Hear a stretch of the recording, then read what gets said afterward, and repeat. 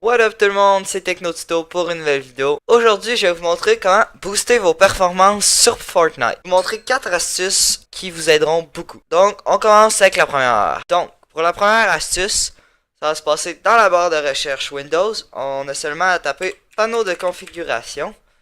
Et voilà. Ensuite, tu vas dans rechercher et tu écris option et... Oh, j'écrivais pas. Option et option d'alimentation. Après ça, tu vas dans modifier les paramètres de batterie. Voilà.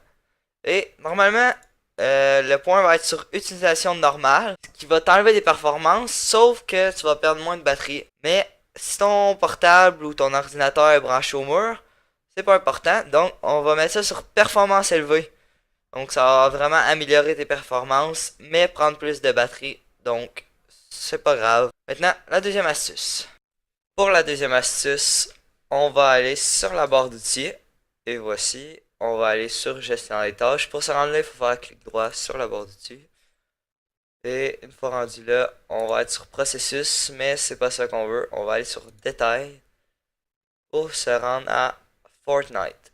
Ici, où il y a le plus de KO utilisé, c'est ce qui nous intéresse. Bon, on va clic droit, définir la priorité et le mettre à supérieur à la normale, pour que l'ordi lui mette plus de puissance à Fortnite et moins aux autres choses. Donc ça vous fait gagner un 10-15 FPS.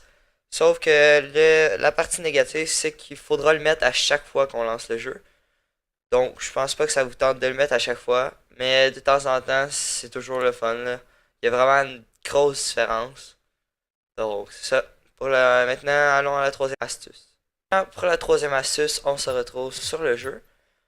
Dans le fond, je vais vous montrer mes paramètres graphiques qui risquent de vous intéresser parce que c'est une majeure partie du fait qu'on gagne de FPS ou qu'on en perd. Donc, pour le mode d'affichage, plein écran évidemment, résolution d'affichage, l'écran, la grandeur de ton écran, moi c'est 1100 x 900 parce que j'ai un portable.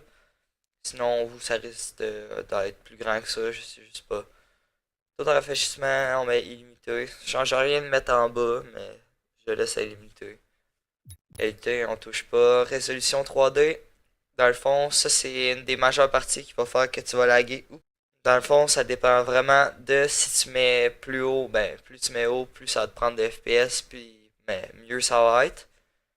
Plus tu mets bas, moins ça va te prendre de FPS, mais moins beau ça va être. La distance d'affichage, c'est pas important. Tu peux mettre moyen ou proche ou loin. C'est presque la même chose tous. Ombre et tout le reste, c'est pas important, ça on laisse à 100 ou à faible. C'est juste si t'as la résolution en 3D au max, ça sert à rien de mettre ça, ça fait juste à bouffer des FPS pour rien. La synchronisation verticale, on met non, flou de mouvement non, affichage des IPS, c'est juste pour montrer combien de FPS t'as en jeu, c'est tout, c'est pas très important.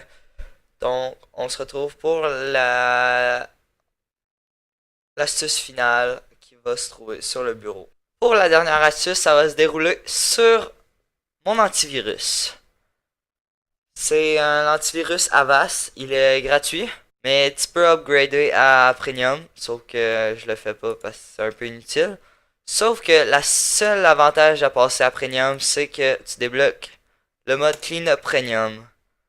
Donc, juste ce mode-là, c'est que dans le fond, ça va enlever tous les mauvais fichiers logiciels qu'il y a sur ton ordinateur, donc beaucoup de performances gagnées.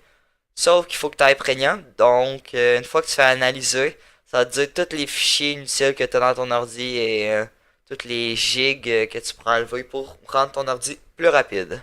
Et voilà, c'était tout pour les 4 astuces. J'espère que vous avez aimé la vidéo. C'était seulement la première, sauf qu'il y en a plein d'autres aussi utiles à venir. Donc, n'hésitez pas à vous abonner et à lâcher un like si vous avez aimé la vidéo. On se retrouve pour une prochaine. C'était TechnoTuto.